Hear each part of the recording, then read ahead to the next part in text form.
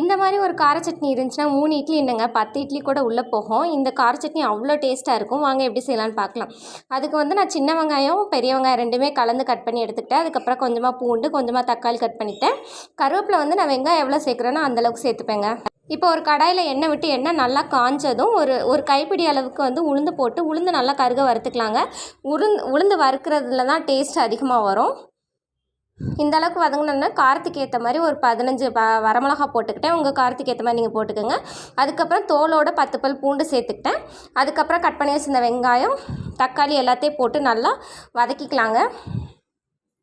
தக்காளி நல்லா வதங்கணும். பழுத்த தக்காளியாக இருந்தால் நீங்கள் நல்லா 4-5 தக்காளி எடுத்துக்கலாம். அதுக்கப்புறம் தக்காளி வதங்கிறதுக்கு உப்பு போட்டு நல்லா வதக்கி அதுக்கப்புறம் கருவேப்பிலை சேர்த்து கருவேப்பிலையை ஒரு 2 மினிட்ஸ் நல்லா வதக்கி எடுத்துக்கலாங்க. அதுக்கப்புறம் ஃபைனலாக கொஞ்சமாக பெருங்காயத்தூள் போட்டு ஆற வச்சு அரைச்சி எடுத்திங்கன்னா டேஸ்ட்டியான தக்காளி சட்னி ரெடி. வீடியோ பிடிச்சிருந்தா லைக் பண்ணுங்கள், ஷேர் பண்ணுங்கள், சப்ஸ்கிரைப் பண்ணுங்கள். Thank you all.